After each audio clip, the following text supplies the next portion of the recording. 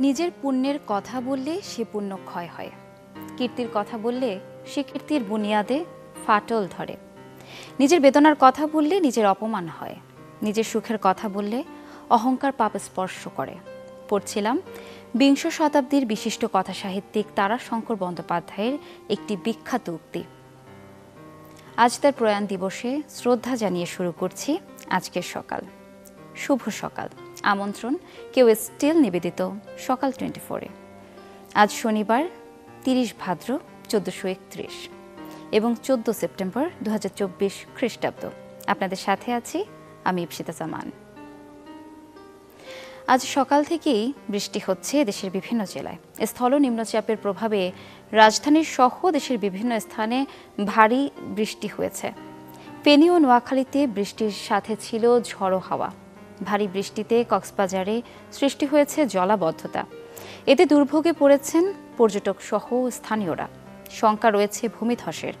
আবহাওয়া অফিস জানায় ভিয়েতনামের উত্তরাঞ্চলে আঘাত হানা সুপার টাইফুন ইয়াগি বাংলাদেশের স্থলভাগ পার করে কিছুটা দুর্বল হয়ে বঙ্গোপসাগরে এসেছে, যা সুস্পষ্ট লঘুচাপ থেকে নিম্নচাপ সৃষ্টি করেছে। এদিকে বন্যা পূর্বাভাস ও সতর্কীকরণ কেন্দ্র বলছে, নিম্নচাপের প্রভাবে বৃষ্টিপাতে চট্টগ্রাম বিভাগের নদীসমূহের পানি বাড়ছে। এতে চট্টগ্রাম, ফেনী, কুমিল্লা ও নোয়াখালী জেলার নিম্নাঞ্চল ফের প্লাবিত হতে পারে।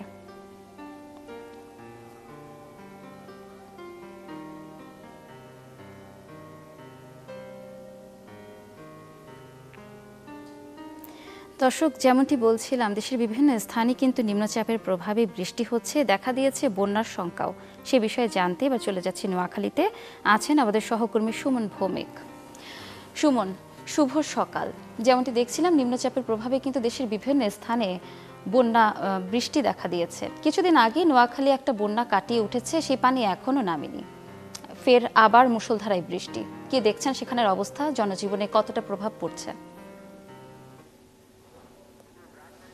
ইপসিতা, আসলে বন্যা কিন্তু কেটে ওঠার যে কথাটি বলা হচ্ছে সেটি কিন্তু নয়। কারণ হচ্ছে মধ্যখানে কিন্তু প্রায় 12 থেকে 13 দিন পর্যন্ত বৃষ্টি হয়নি, যার কারণে কিছুটা পানি কমেছে। তবে নোয়াখালীর বেশিরভাগ এলাকায় কিন্তু এখনো পর্যন্ত জলাবদ্ধতা পানিবন্দী রয়েছে। প্রায় 10 লাখের মতো মানুষ কিন্তু এখনো পর্যন্ত পানিবন্দী রয়েছে। আমরা যে খবরটুকু পেয়েছি সেখানে বলা হচ্ছে যে 90,000-এর মতো মানুষ কিন্তু এখনো আশ্রয়ন কেন্দ্রে রয়েছে। তার মধ্যে গতকাল থেকে যে বৃষ্টি শুরু হয়েছে এটি আশঙ্কাজনক এই কারণে যে বৃষ্টির কারণে কিন্তু পানি আবার বাড়ছে। আমরা জেলা শহরে যখন সকালে বের হয়েছিলাম তখন আমরা দেখতে পেয়েছি যে সড়ক থেকে পানি কমে গিয়েছিল সেগুলোতে কিন্তু পানি আবার দেখা দিচ্ছে, এরকমটি আমরা দেখছি। তবে পানি নামছে সেটিও বোঝা যাচ্ছে। যদি বৃষ্টিটা আজকে সারাদিন ভরে হয় সেক্ষেত্রে কিন্তু আবার পানি বাড়বে, অনেক বেশি পরিমাণে বেড়ে যাবে। এদিকে কিন্তু যে সবচেয়ে শঙ্কার যে বিষয়টি সেটি হচ্ছে যেসব অঞ্চলে ইতিমধ্যে পানি বেড়েছিল বা পানি রয়ে গেছে সে এলাকার কিন্তু মাটির যে ঘরগুলো রয়েছে সেখানে মাটি কিন্তু নরম হয়ে গেছে। একই সঙ্গে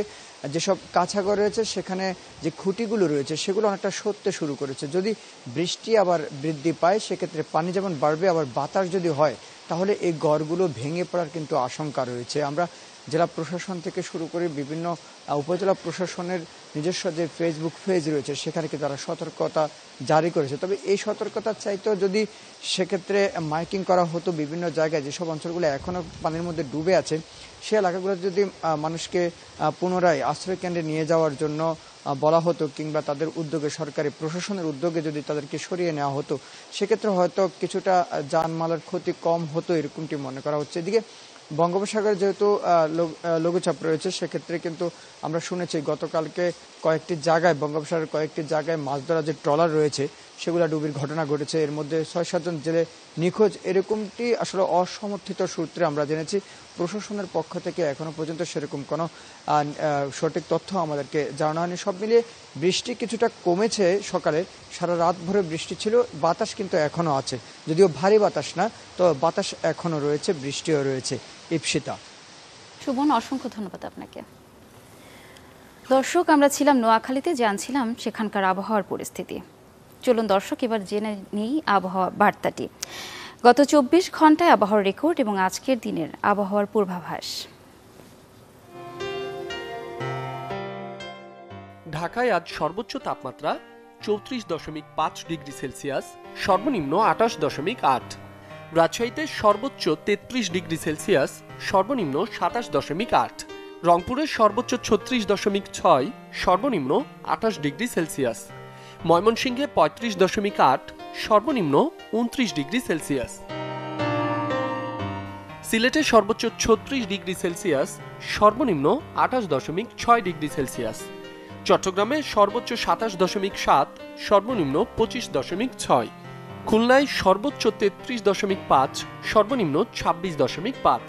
বরিশালে সর্বোচ্চ 31.5 ডিগ্রি সেলসিয়াস, সর্বনিম্ন 24.6।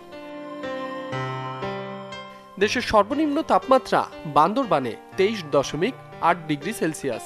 দেশের সর্বোচ্চ তাপমাত্রা তেঁতুলিয়ায় 37.9 ডিগ্রি সেলসিয়াস। আজ সকল বিভাগেই অস্থায়ীভাবে দমকা হাওয়া সহ হালকা থেকে মাঝারি ধরনের বৃষ্টি বা বজ্রসহ বৃষ্টি হতে পারে। সেই সাথে কোথাও কোথাও মাঝারি ধরনের ভারী বর্ষণ হতে পারে। আজ সারা দেশে দিনের তাপমাত্রা সামান্য বৃদ্ধি পেলেও রাতে সামান্য হ্রাস পেতে পারে।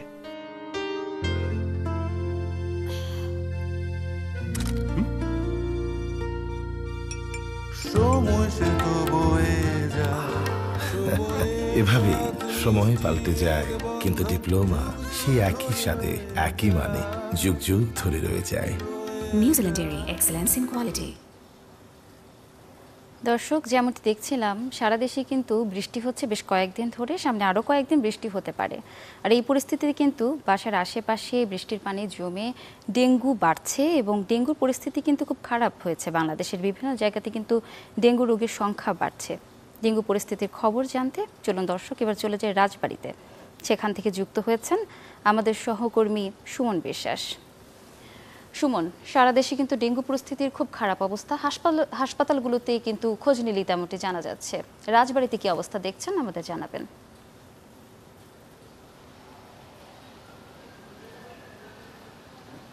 ইপসিতা, সারা দেশের মতো রাজবাড়িতেও কিন্তু ডেঙ্গু রোগীর সংখ্যা বাড়ছে। এ মুহূর্তে রাজবাড়ী সদর হাসপাতালে 7 জন ডেঙ্গুতে আক্রান্ত হয়ে ভর্তি রয়েছে। এর মধ্যে 4 জন পুরুষ এবং 3 জন নারী। এবং এই চলতি সেপ্টেম্বর মাসে রাজবাড়িতে মোট 27 জন ডেঙ্গু রোগী হাসপাতালে ভর্তি হয়ে সুস্থ হয়ে কিন্তু বাড়ি ফিরেছে। এই 27 জনের মধ্যে 19 জনই রাজবাড়ী সদর উপজেলার এবং বাকি 8 জন রাজবাড়ীর বালিয়াকান্দি, পাংশ এবং কালুখালীর উপজেলার। ফলে আমরা যেটি দেখছি, ডেঙ্গু কিন্তু শহর কেন্দ্রিক নেই, একদম গ্রামেও এই ডেঙ্গু রোগী ছড়িয়ে পড়েছে। এবং আমরা যেটি আরও দেখছি যে এই ডেঙ্গু আক্রান্ত হয়ে যারা হাসপাতালে ভর্তি হচ্ছে, বিশেষ করে সদর হাসপাতালে, তাদের জন্য কিন্তু আলাদা ওয়ার্ডের ব্যবস্থা নেই। মেডিসিন ওয়ার্ডের রোগীদের সাথেই তাদেরকে চিকিৎসা সেবা দেয়া হচ্ছে। তবে হাসপাতাল কর্তৃপক্ষ যেটি বলছে, রাজবাড়ী সদর হাসপাতাল 100 শয্যার হাসপাতাল, এখানে প্রতিদিন রোগী ভর্তি থাকেন 250-এর উপরে। ফলে বারান্দা সহ বিভিন্ন জায়গায় তাদেরকে বেডের ব্যবস্থা করে রোগীদের চিকিৎসা সেবা দেয়া হচ্ছে। বিশেষ করে এই জায়গা সংকুলন না হওয়ায় এই সাধারণ রোগীদের সাথেই ডেঙ্গু রোগীদের কিন্তু চিকিৎসা দেয়া হচ্ছে। এবং এ থেকে কথা বলছিলাম, তারা বলছে যে আমরা সার্বক্ষণিক যারা ডেঙ্গু আক্রান্ত তাদেরকে মশারির মধ্যে থাকার বিষয়টি নিশ্চিত করেছি। এবং পাশাপাশি পাশেই রাজবাড়ী সদর হাসপাতালের 250 শয্যার একটি ভবন নির্মাণ হচ্ছে। এটি নির্মাণ কাজ শেষ হলে আসলে এই সংকটের সমাধান হতে পারে। আরেকটি বিষয়, যারা আক্রান্ত হয়ে এই সদর হাসপাতালে ভর্তি হয়েছে তাদের একটি অভিযোগ যে এই সদর হাসপাতালের যে ওয়াশরুমগুলো রয়েছে সেগুলো খুবই অপরিচ্ছন্ন, রোগীদের আসলে ব্যবহার উপযোগী না। এই দিকটাই নজর এবং তাদের স্বজনরা কিন্তু খুবই হতাশার কথা বলছেন। ইচ্ছিতা এই ছিল রাজবাড়ী থেকে। ধন্যবাদ আপনাকে।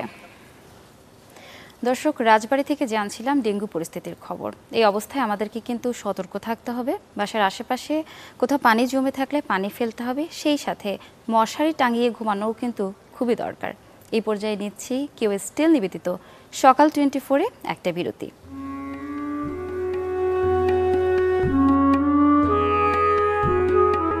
আবারও আমন্ত্রণ কেউ স্টিল নিবেদিত সকাল 24-এ। আজ 14ই সেপ্টেম্বর। আজকের দিনে আপনাদের যাদের যাদের জন্মদিন সবাইকে জানাই সকাল 24-এর পক্ষ থেকে অনেক অনেক শুভেচ্ছা। দর্শক চলুন সেই সাথে জেনে আসি আজকের দিনে কোন কোন বিশিষ্ট ব্যক্তি জন্মগ্রহণ করেছেন। 1909 সালের এই দিনে জন্মগ্রহণ করেন ভারতীয় বাঙালি লেখক ও বিশিষ্ট কথাসাহিত্যিক সুবোধ ঘোষ। আদিনিবাস বাংলাদেশের ঢাকা জেলার বিক্রমপুরে। প্রত্নতত্ত্ব, পুরাতত্ত্ব এমনকি সামরিক বিদ্যায় তার যথেষ্ট দক্ষতা ছিল। ভাষার ওপর অনায়াস দক্ষতার প্রমাণ মেলে তার বিভিন্ন স্বাদের গল্পে। প্রথম গল্প অযান্ত্রিক, তার একটি বিখ্যাত গল্প থির বিজুরি। 1920 সালের এই দিনে জন্মগ্রহণ করেন মার্কিন অর্থনীতিবিদ লরেন্স রবার্ট ক্লেইন। 1980 সালে অর্থনৈতিক ওঠানামা এবং অর্থনৈতিক নীতির বিশ্লেষণের জন্য অর্থনৈতিক বিজ্ঞানে নোবেল মেমোরিয়াল পুরস্কারে ভূষিত হন তিনি। 1928 সালের এই দিনে জন্মগ্রহণ করেন কিউবান আলোকচিত্র শিল্পী আলবের্তো কোর্দা। 1960 সালের মার্চ মাসে অনুষ্ঠিত এক শোকসভায় তিনি বিপ্লবী নেতা চে গেভারার একটি ছবি তোলেন, যেটি পরবর্তীকালে ব্যাপক পরিচিতি লাভ করে। অনেক সমালোচকের মতে গেরিয়েরো এরোইকো নামে চের সেই প্রতিকৃতিটি হচ্ছে আলোকচিত্রের ইতিহাসে সবচেয়ে বিখ্যাত ছবি এবং বিংশ শতাব্দীর একটি অসামান্য প্রতীক। 1984 সালের এই দিনে জন্মগ্রহণ করেন ভারতীয় অভিনেতা এবং সঙ্গীত শিল্পী আয়ুষ্মান খুরানা। 2012 সালে টেলিভিশনে উপস্থাপনার মাধ্যমে ক্যারিয়ার শুরু তার। সুজিত সরকারের ছবি ভিকি ডোনারের মাধ্যমে প্রথমবার আলোচনায় আসেন আয়ুষ্মান। আন্ধাধুন ছবির জন্য 2019 সালে জাতীয় চলচ্চিত্র পুরস্কার পান তিনি। কর্ন, মিল্ক, কোকোনাট আর বাটারের দুর্দান্ত কম্বিনেশনে ইয়াম্মি ক্রাঞ্চি টেস্টের পপার। বেশি ফান নিয়ে এখন 25 গ্রামের বিগ ফান প্যাকেট। জানছিলাম আজকের দিনে কোন কোন বিশিষ্ট ব্যক্তি জন্মগ্রহণ করেছেন। দর্শক চলুন এই পর্যায়ে চলে যাই পত্রিকায়, দেখে নেই আজকের দিনের প্রধান প্রধান শিরোনামগুলো। শুরুতেই চলে যাব সমকালে, দেখে নেব সমকালের প্রধান শিরোনামগুলো। 3 মেয়রেই ডুবেছে চট্টগ্রাম। 15 বছরে ভাগ বাটোয়ারা 8,000 কোটি টাকা। হাজার হাজার কোটি টাকা খরচ, তবু বসবাসের অযোগ্য নগরী চট্টগ্রাম। ভাগ পেতে পছন্দের ঠিকাদারকে দিয়েছেন টেন্ডার। জলাবদ্ধতা, বর্জ্য ব্যবস্থাপনা ও সড়ক সংস্কারের কাজেও ব্যর্থ। ঘুরে ফিরে তারাই ছিলেন পুলিশের গুরুত্বপূর্ণ পদে, যারা ছিলেন সরকারের অনৈতিক উদ্দেশ্য বাস্তবায়নের হাতিয়ার। এখানে কয়েকটি নাম দেখছি যাদের নাম উল্লেখ করা হয়েছে।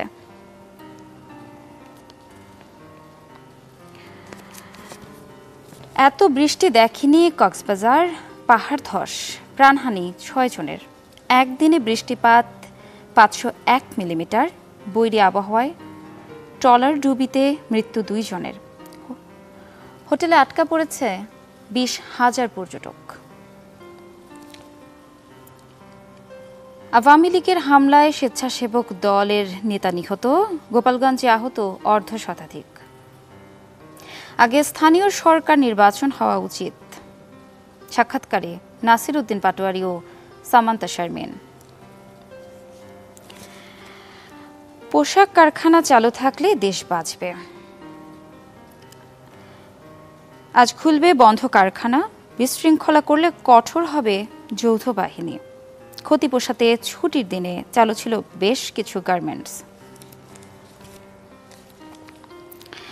দর্শক, চমৎকার একটি ছবি দেখতে পাচ্ছি। চিড়িয়াখানায় এসেছে নতুন অতিথি। 6 দিন বয়সী সন্তানের সঙ্গে মা জিরাফের খুনসুটি।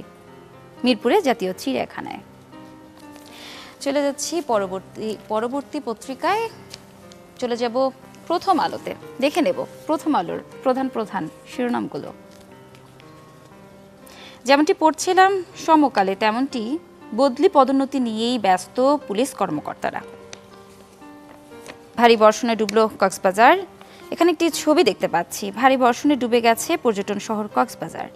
সৈকত এলাকার হোটেল, রিসোর্ট, কটেজ জোনে জলাবদ্ধতা দেখা দেওয়ায় বিপাকে পড়েছেন সেখানে অবস্থানরত পর্যটকরা। গতকাল বিকেলে শহরের কলাতলির ছবি এটি।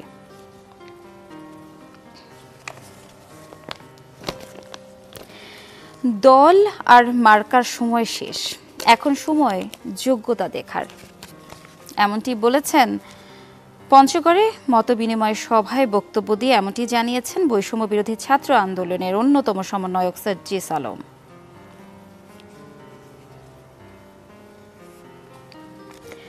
ক্ষতি পোষাতে গাজীপুরে ছুটির দিনেও চালু ৩০% কারখানা। আশুলিয়ার কারখানা খুলবে আজ। বিক্ষোভ থামাতে সেই পুরনো কৌশল, মালিক পক্ষকে আইনি কাঠামোর মধ্যে শ্রমিকদের দাবি মানার বিষয়ে নীতিগত সিদ্ধান্ত নিতে হবে। কেন্দ্রীয়ভাবে কাজটি করে তারপর যৌথ ঘোষণা দিয়ে শ্রমিকদের জানাতে হবে। চলে যাচ্ছি পরবর্তী পত্রিকায়। এবার যাব কালের কণ্ঠে। দেখে নেব কালের কণ্ঠের শিরোনামগুলো।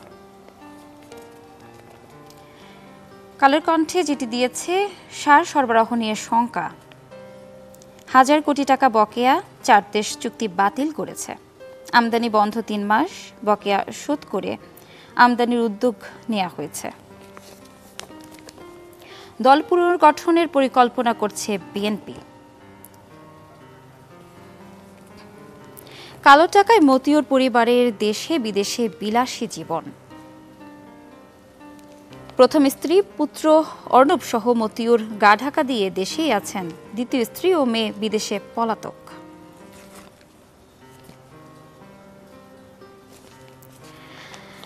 বিবিসির বিশ্লেষণ, ডক্টর ইউনূসের মেগাফোন কূটনীতি ভারতের অস্বস্তি। এই ছিল মোটামুটি কালের কণ্ঠে। চলে যাচ্ছি পরবর্তী পত্রিকায়।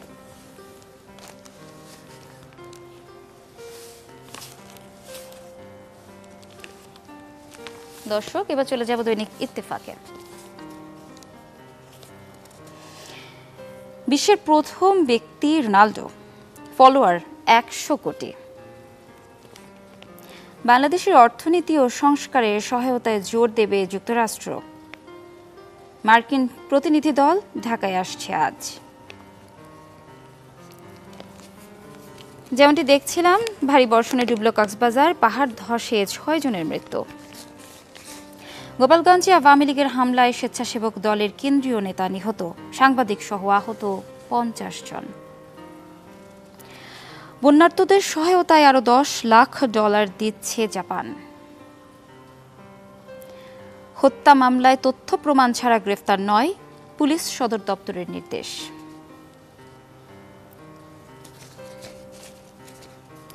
লাশ পোড়ানোর ঘটনায় ইন্সপেক্টর আরাফাত গ্রেফতার।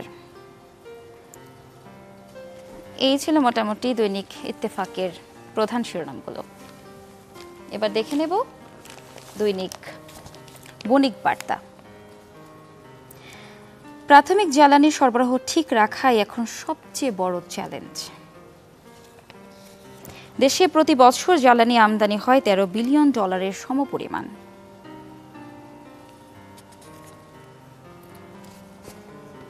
সংস্কার করতে হবে জনগণের মতামতের ভিত্তিতে, বলেছেন মির্জা ফখরুল ইসলাম আলমগীর।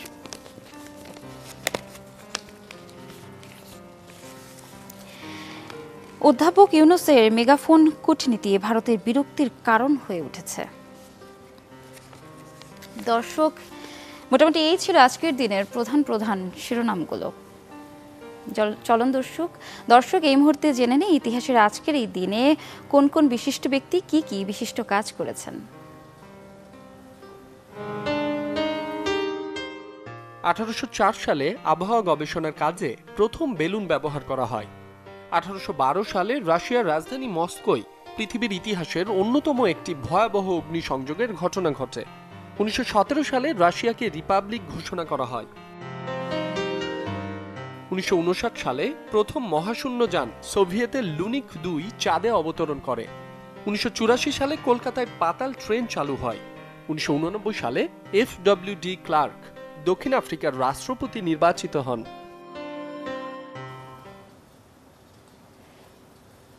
দর্শক, জানছিলাম ইতিহাসের আজকের এই দিনে কি ঘটেছিল, কোথায় কোথায়। এবার ভিন্ন প্রসঙ্গ। খামারের লাখ লাখ কাঁকড়ার খোলস একসময় ফেলে দেয়া হতো রাতের আধারে, অথচ এই উচ্ছিষ্ট থেকে মূল্যবান সার তৈরি করে ব্যাপক সাড়া ফেলেছেন সাতক্ষীরার এক উদ্যোক্তা। গাছ আর মাছের ঘেরে ব্যবহার করে দারুণ ফল পাচ্ছেন খামারিরা। চলুন দেখে আসি একটি প্রতিবেদন। দক্ষিণ পশ্চিম উপকূলের শেষ জেলা সাতক্ষীরা, যেখানে ৩ শতাধিক খামারে চাষ হয় শক্ত আর নরম খোলসের কাঁকড়া, যা থেকে প্রতিদিন পাওয়া যায় লাখ লাখ কাঁকড়ার খোলস। এই ফেলনাকে মূল্যবান সম্পদে পরিণত করেছেন নওয়াবেকি গ্রামের চাষি আসলাম হোসেন। পরিত্যক্ত কাঁকড়ার খোলস আর তরিতরকারির বর্জ্য দিয়ে বানান কাঁকড়া সার। জানান এই সার বিক্রি করে মাসে আয় করছেন প্রায় 50,000 টাকা। এই সার যখন তৈরি করা হয় এবং বাজারে ঘেরে বিভিন্ন জায়গায় যখন বিক্রি করা হয়, তখন আমি বেশ ভালো একটা টাকা ইনকাম করা শুরু করি। তা এই সার তৈরি করার আমার আগের যে অবস্থা ছিল, তাছাড়া এই সার তৈরি করার থেকে আমার আর্থিক সচ্ছলতা অনেক বেড়ে যায়। ছাদ বাগানের গাছে আর মৎস্য খামারে এ সার প্রয়োগ করে দারুণ ফল পাওয়ায় এলাকায় ব্যাপক সাড়া ফেলেছে এই কাঁকড়া সার। কাঁকড়ার যে খোলস, এটাকে যদি রিসাইকেল করতে পারি তাহলে সেটা হচ্ছে আমাদের এখানে একটা এই ক্রাপ ফার্মিং এর জন্য যে এটা হচ্ছে পরিবেশের যে বিপর্যয় হচ্ছে বা পরিবেশ দূষণ হচ্ছে, সেইটা থেকে আমরা আসলে বেরিয়ে আসতে পারবো। প্রাথমিকভাবে আমরা এক্সপেরিমেন্টাল ওয়েতে কাঁকড়ার খোলসটা গুঁড়া করি এবং আমরা যে জৈব সার তৈরি করি, জৈব সারের সাথে মেশানোর ফলে যে সারটা তৈরি হয়, সেই সারটা আমরা ছাদ বাগানে প্রয়োগ করি এবং ফলাফল ভালো পাই। অন্য জৈব সার ছাড়া এগুলো আসলে ভালো, মাছের প্রোগ্রেসটা ভালো হয়েছিল এবং ভাইরাসও কম লাগছিল, সেই কারণে আমি এবছরও ব্যবহার করছি। মৎস্য কর্মকর্তাও তুলে ধরলেন এর উপকারী দিক। নরম কাঁকড়া খোলসের দ্বারা যে জৈব সার উৎপাদিত হচ্ছে বা ওইটা গুঁড়া করে যে সার তৈরি করা হচ্ছে, এটা চিংড়ি ঘেরে ব্যবহারের ফলে চিংড়ির খোলস পরিবর্তনে সাহায্য করে এবং পানির গুণগত মান অনেকটা ভালো রাখার জন্য সহযোগিতা করে। কাঁকড়া সারকে কৃষি অর্থনীতির নতুন খাত বলে মনে করছেন সংশ্লিষ্টরা। Desk report, channel 24। এভাবেই নতুন নতুন উদ্যোগে এগিয়ে যাক দেশ এবং দেশের অর্থনীতি। দর্শক, আজ সময় হলো কেউ স্টিল নিবেদিত সকাল 24-এ বিদায়ের। দেখা হবে আগামী পর্বে। ততক্ষণ ভালো থাকুন, সুস্থ থাকুন, চ্যানেল 24-এর সাথেই থাকুন।